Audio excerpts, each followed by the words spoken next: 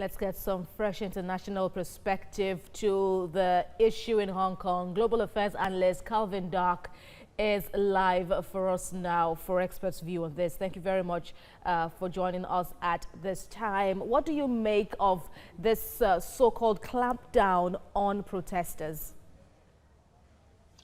Well, I think it's a further sign that mainland China is not giving 1 inch to the protesters or to pay attention to any of the measures that the protesters have asked for.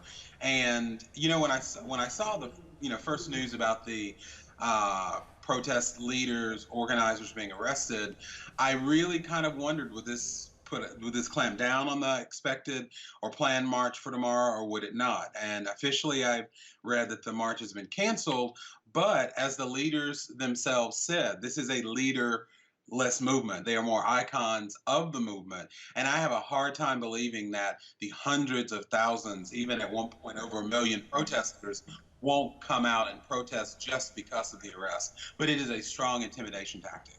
Yeah, yes, and you just mentioned a crucial point as well that's also, being reflected in others, talking about what's been called a rudderless protest. How much of an issue is it that it appears this protest doesn't seem to have a direction or leadership? Well, I think on the one hand, it is good and is a very strong signal to mainland China that this is something that is important to all the people of Hong Kong, or the vast majority of them, not just a particular banned party or a few activists. But now the other side of that coin is, as they make their demands, and let's say, for example, the central government in China decided to discuss, granting some of their demands. Without the leadership, it's going to be really hard to make sure that any agreements take place that will appease the millions of people in Hong Kong that want to see a change. So it's a benefit, but it's also a disadvantage.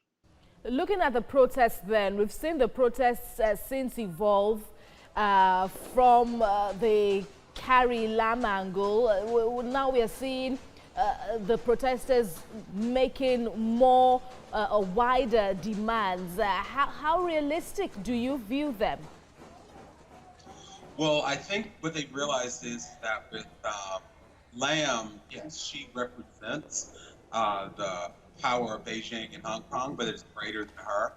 And given that the Central Chinese government hasn't even indicated a step towards even one of their demands, investigation of police clashes, definitive withdrawal of the extradition bill, and I think there were 5 total. Given that mainland China hasn't even given an inch on those, I don't see that happening in the near future. Looking at the intervention that you would like to see the Chinese government bring in to play here, what would it be for you?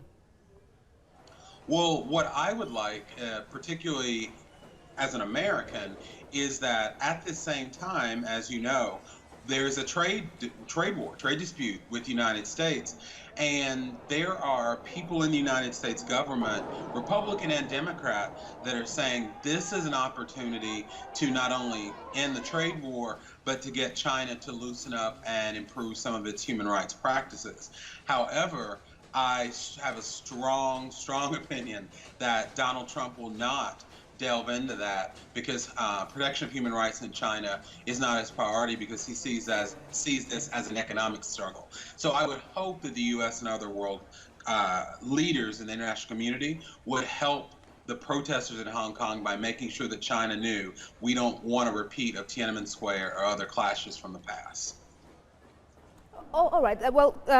Calvin, thank you very much for your analysis. Calvin Dark there talking about the protests in Hong Kong and its implication for the rest of the world. Thank you very much again.